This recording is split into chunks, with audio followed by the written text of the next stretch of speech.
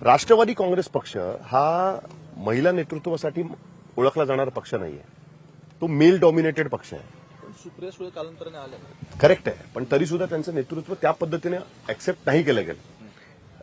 ज्याला आपण काय म्हणतो मेल शॉव्हिनिस्ट पार्टी एका पद्धतीने. महाराष्ट्राच्या दोन्ही प्रादेशिक शिवसेनेत पक्षांमध्ये पण आहे. तेच आहे. शिवसेनेत शिवसेनेने पण आहे. सुद्धा कुठल्याही एवढ्या वेळेला सरकार येऊन एकही महिला मंत्री त्यांनी दिला नाही. त्यांनी महापौर सगळे महिला केले Correct. मुंबईतले. पण ते करावे लागले त्यांना. करावे लागले अर्थात ते चिठ्ठी पडल्यामुळे करावं लागले.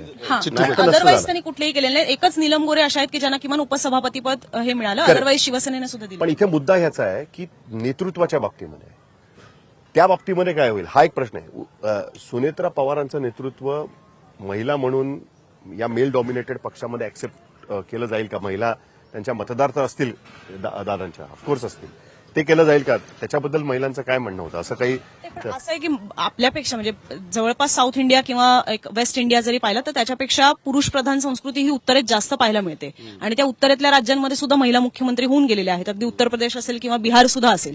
त्याने एवढा काही फरक पडेल असं वाटत नाही. उलट जास्त असं सुद्धा पोर्ट्रे केलं जाईल की एका लाडक्या बहिणीला पुढे केलं, त्यांना संधी दिली, अशा पद्धतीने सुद्धा ते पोर्ट्रे केलं जाऊ शकतं. मला ते वाटत नाही. पण तुम्ही जे म्हणताय ते आहे की पक्षीय संघटनात्मक पातळीवर ते थोडं चॅलेंजिंग ठरू शकतं. आणि त्याच्यामध्ये जास्त मुद्दा हाच येऊ शकतो की आमच्याकडे जास्त अनुभव आहे आणि त्या कदाचित नवख्या ठरू शकतात.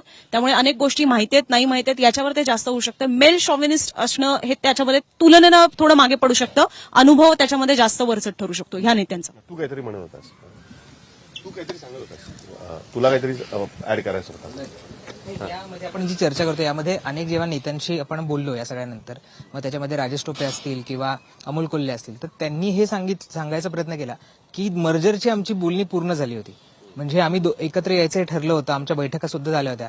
अमोल कोल्हे आपल्याला तिथे जाताना म्हणाले की जेव्हा महापालिकांची बैठक झाली त्यावेळेस अजित पवारांनी मला बोलून या सगळ्याबद्दल आम्ही बोललो होतो. राजेश टोपे बोलले की आम्ही लिगली सुद्धा कसं करायचं, म्हणजे दोन वेगवेगळ्या पक्ष चिन्हांवर निवडणूक लढवलेल्या आहेत, तर आपल्याला एकत्र यायचं असेल तर मग तुतारीचं काय करायचं, घड्याळाचं काय करायचं, हा आमचा निर्णय जवळजवळ झाला होता आणि त्याच्याबद्दलची पूर्ण प्रोसिजर झाली होती. त्यामुळे जर दोन राष्ट्रवादी आता एकत्र येणार असतील तर मग हे सगळं नेतृत्व मान्य होणार आहे का? कारण शरद पवारांसोबत अनेक दिग्गज नेते राहिलेले आहेत, त्यांना मोठा अनुभव आहे. जयंत पाटील आहेत, शशिकांत शिंदे आहेत, इतर नेते आहेत. ते या सगळ्याकडे कसं बघतायत? कारण ही जर बोलणी सुरू असेल तर या नेत्यांचं म्हणणं आहे की आम्ही पूर्ण बोलत आलो होतं. दुसरीकडे त्यांचं म्हणणं आहे की महानगरपालिकांच्या निवडणुका सुद्धा आम्ही मुद्दाम एकत्र लढवायचं ठरवलं की आपल्याला ही पुढे जायची एक संधी आहे. दुसरीकडे जिल्हा परिषदच्या निवडणुकांच्या ज्या बैठका झाल्या त्याच्यामध्ये हा निर्णय घेण्यात आला की आता आपण एकाच चिन्हावर लढायचं, ते घड्याळावर लढायचं. तुतारी या जिल्हा परिषदच्या निवडणुकीत कुठेही नसणार आहे. त्यामुळे ही सगळी जी पावलं पडत होती ती एका मर्जरची पडत होती. त्यांचं असं म्हणणं होतं की शरद पवारांचं सुद्धा म्हणणं आहे की आता आपण एकत्र यायला पाहिजे आणि आग्रही दादा होते की आपण आता हे सगळं सोडून टाकूयात, आपण एकत्र येऊयात. त्यामुळे असं जर होत असेल आणि इतकी बोलणी ती पुढे आली असेल, अर्थात कोणालाच एक्सपेक्टेड नव्हतं की दादांचं असं काही होईल, पण हे जर होत असेल तर मग जे शरद पवारांसोबतचे जे नेते आहेत, जे इतकी वर्ष संसदीय ह्याच्यामध्ये काम करतायत, त्यांना मग सुनेत्रा पवारांचं नेतृत्व मान्य होणार आहे का?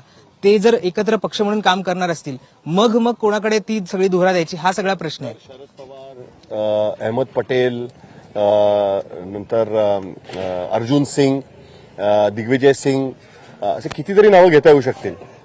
या सगळ्या लोकांनी मिळून सोनिया गांधींचं नेतृत्व जर मान्य केलं होतं त्यावेळेस, आणि सोनिया गांधी ऍक्च्युली नवख्या होत्या, म्हणजे त्यांची ओळख त्यावेळेस राजीव गांधींच्या पत्नी, या पलीकडे त्यांची काहीच ओळख नव्हती. त्या तर कुठल्या सदनाच्या सदस्यही नव्हत्या. इव्हेंच्युअली त्यांचं नेतृत्व मान्य करावं लागलं त्यांना. आणि इन ऑल पॉसिबिलिटीज त्यांनी पक्षाला पुन्हा सत्ता आणून दिलीच शेवटी. हा मुद्दा आहेच त्याच्यामध्ये.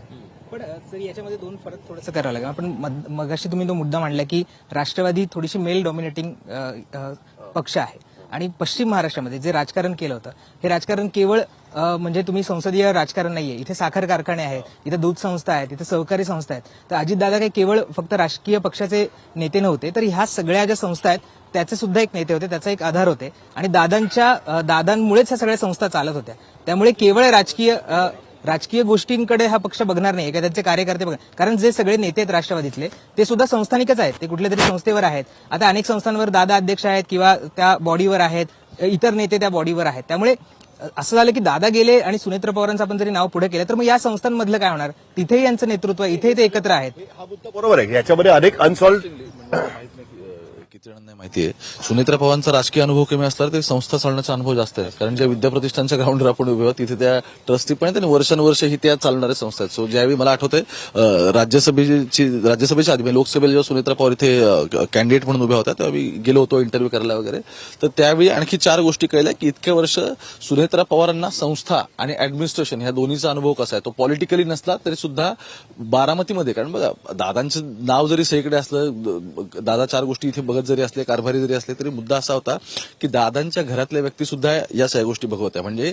आता दादांच्या पुढच्या पिढीला ती संधी न येता त्यांच्या पत्नीला देण्यामागचं मूळ कारण हे आहे की दादांची दोन्ही जी मुलं आहेत, जय आणि पार्थ, हे दोघंही पॉलिटिकली पूर्णतः ऍक्टिव्ह नाहीयेत आतापर्यंत. ते तेवढे त्यामध्ये पॉलिटिकली अजून अकोमोडेट सुद्धा झालेले नाहीयेत.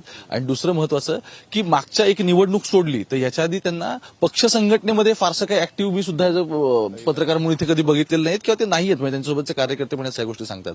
काही ठिकाणी ते डिसिजन घेतही असतात, पण ऍज अ पॉलिटिकल पार्टी, जी पार्टीमध्ये आता आपले वडीलच प्रेसिडेंट तिथे ज्या पार्टीचे होते, तर त्यामध्ये स्वतः ऍक्टिव्हली संघटना बांधणीमध्ये अग्रेसिव्हली पुढे येणं त्यांनी अपेक्षित होतं, तर उलट ते झालेलं दिसत नाहीये. किंवा इथल्या संस्थांमध्ये सुद्धा हे दोघंही फुल्ली ऍक्टिव्ह दिसत नाहीत. तर उलट सुनेत्रा पवारांचा तो मुद्दा या सगळ्यामध्ये उजवा ठरतो. ठीक आहे, म्हणजे शेवटी प्रत्येक अनुभव महत्वाचा ठरेलच. पण वसंत मोरे आपल्या बरोबर आहेत आणि बारामतीकर आज खूप दिसले होते इकडे.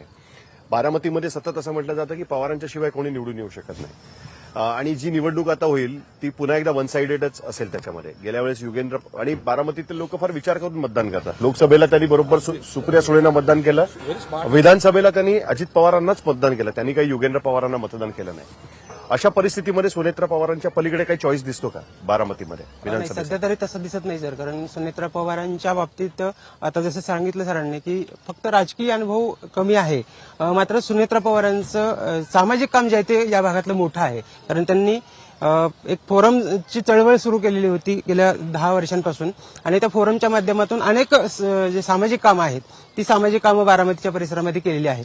आणि त्यामुळं सुनेत्रा पवारांचं बारामतीकरांसाठी अनुभव नाहीत. बारामतीतल्या लोकांचा प्रत्येक घरात त्या पोहोचलेल्या आहेत.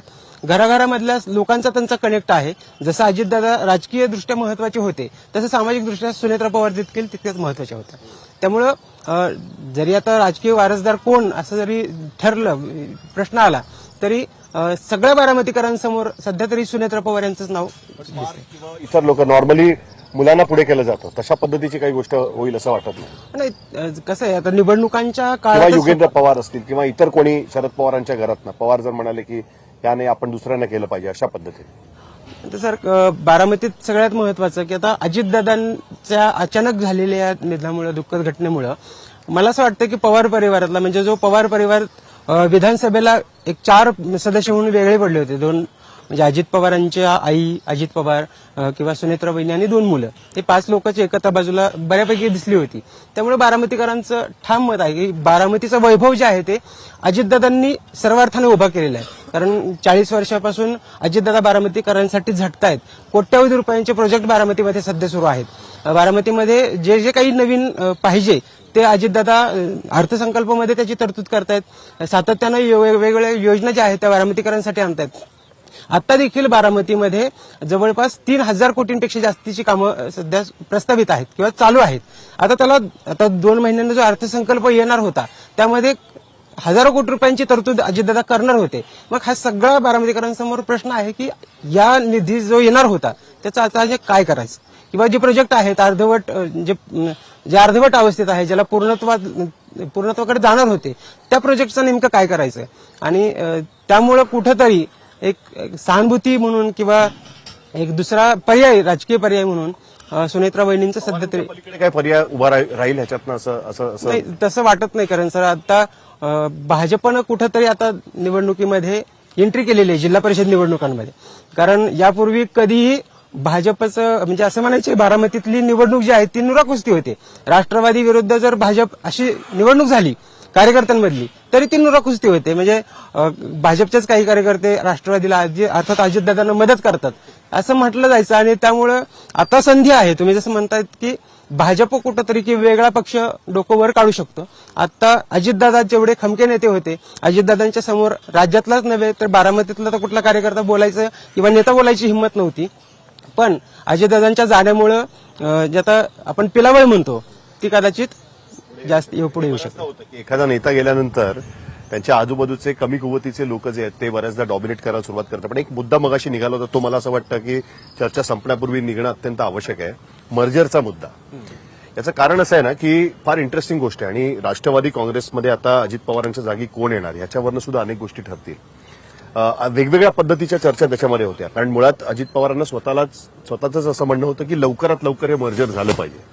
कारण त्या मर्जरमध्ये अजित पवार हे अनडिस्प्युटेड त्या मर्जरनंतर एकत्रित राष्ट्रवादी काँग्रेसचे नेते असतील ही गोष्ट स्पष्ट होती. आता अजित पवार नसल्यामुळे त्या एकत्रित राष्ट्रवादीचं उद्या मर्जर झालं 2 राष्ट्रवादीच्या गटांचं, तर त्याचं नेतृत्व कोणाकडे जाईल हा एक प्रश्न अनुत्तरित राहतो. आता ती गोष्ट सरळ सोपा पेपर नाहीये की ए इज इक्वल टू बी असा सोपा पेपर नाहीये. त्याच्यामध्ये आता कॉम्बिनेशन आलेले.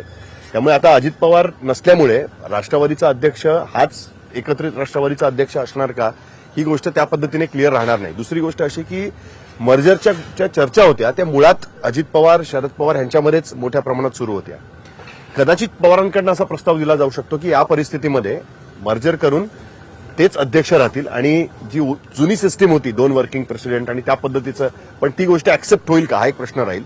आणि जे आत्ता गोष्ट चालू आहे की सुनेत्र पवार उपमुख्यमंत्री, प्रफुल्ल पटेलांकडे पक्षाची सूत्र, हे गेल्यानंतर त्या मर्जरबद्दल सुद्धा कुठेतरी एक प्रश्नचिन्ह उपस्थित राहू शकतं. पण इंटरेस्टिंग गोष्ट अशी आहे की काल अजित पवारांच्या निधनानंतर त्याच्यावरनं अनेक चर्चा सुरू झालेल्या होत्या. त्याचं पहिलं क्लॅरिफिकेशन सुद्धा हे शरद पवारांच्याकडनं आलं की याच्यामध्ये कुठलंही राजकारण बघता कामा नये, जे आहे तो अपघातच आहे. तो एक कुठेतरी त्यांच्या बाजूने एक गोष्ट निर्माण होऊ शकते आणि ती गोष्ट कुठपर्यंत जाते बघायला लागेल. त्याच्यामुळे जी ओरिजिनली आपण चर्चा सुरू केली त्यावेळेस जे तू म्हणालास, भारतीय जनता पार्टी या सगळ्या गोष्टींकडे कशा पद्धतीने बघते, त्यांचं नेतृत्व याच्याकडे कशा पद्धतीने बघतंय यावरती अनेक गोष्टी अवलंबून असतील. अभिजित, मला असं वाटतं. निश्चितपणे, कारण की आत्ताच्या घडीला ज्या पद्धतीचं मर्जरची बोलणी पुढे गेलेली होती, तर ते दोन्ही कुटुंब त्यांच्यामध्ये जे उसवलेले संबंध होते ते पुन्हा एकदा बांधण्याचं काम अजित पवार करत होते. कुटुंबातल्या अनेक लोकांशी ते पर्सनली बोललेले होते, काही लोकांना मेसेजिंग केलेलं होतं आणि त्यामुळे आता ही गोष्ट क्लिअर झालेली होती. त्यामुळं ज्यांच्यामध्ये विसंवाद आहे त्यांना सोबत घेऊन सुद्धा काम करू शकेल असा एक चेहरा होता, तो होते अजित पवार. आता तेच नाहीयेत आणि म्हणून तर मी मगाशी पहिल्यांदा जे म्हटलं तेच नाहीयेत आणि हाच तर कळीचा मुद्दा आहे. हीच तर पोकळी आहे. मग ती पोकळी कुटुंबाच्या पातळीवर असेल, ती बारामतीच्या पातळीवर असेल, राष्ट्रवादी आणि राष्ट्रवादी परिवार यांच्या पातळीवर असेल किंवा सरकारच्या पातळीवरती असेल. आणि म्हणून तर जसं आता वसंत म्हणाले की जसं बारामतीमध्ये सुद्धा अशा पद्धतीचे लोक जशी वर डोकं काढू शकतात, तशी राज्याच्या स्तरावरती लोक डोक्यावर काढू शकतात आणि त्याला फाटे फुटू शकतात, त्याच्यातून अनेक चर्चा घडू शकतात.